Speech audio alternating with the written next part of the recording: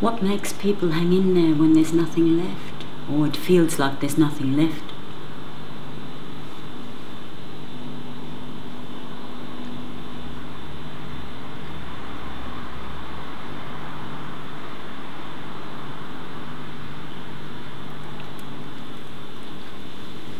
The answer comes.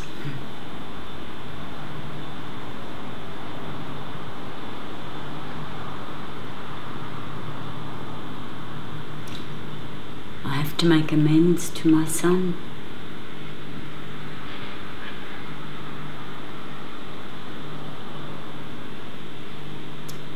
My son suffered the most from my gambling.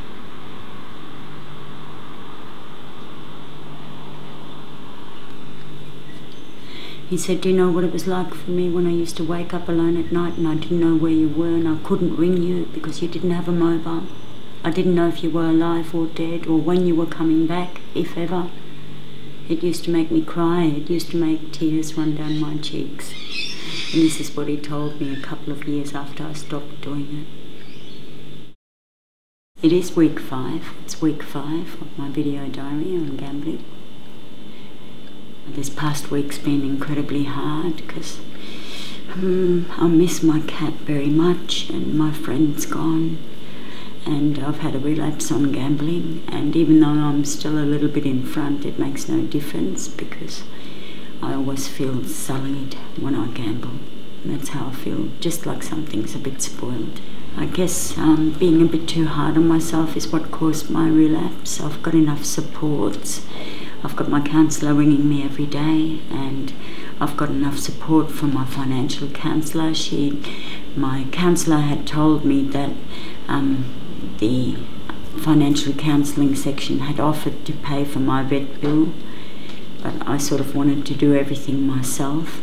Also, I was a bit too perfectionistic because I'd mucked up one appointment for self-exclusion. I'd got the bus timetables wrong.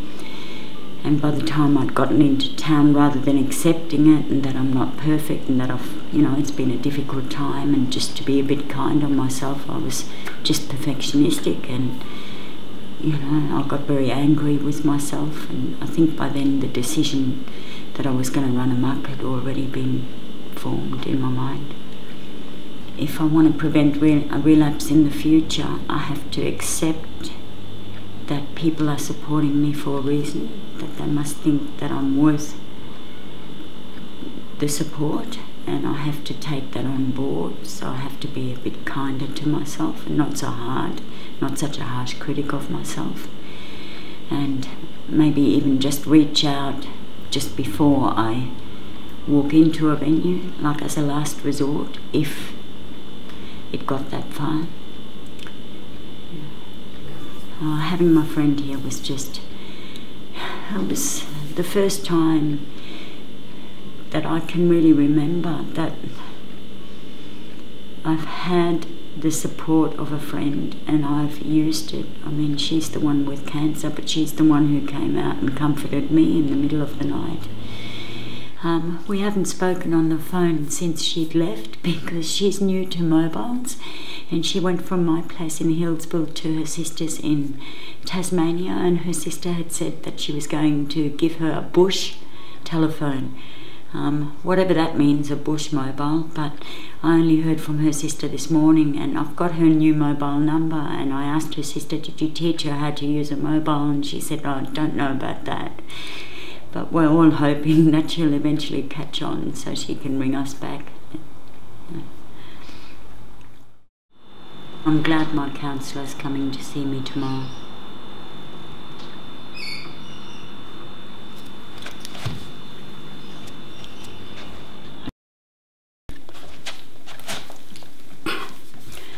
So it's week 5 of my video diary. My counsellor came to see me today and took me for a cup of coffee.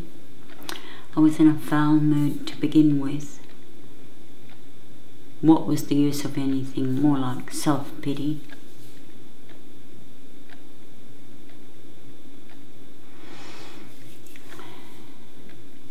I was aware of it.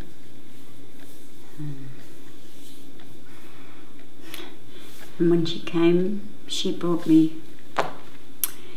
something to help me get over my cat.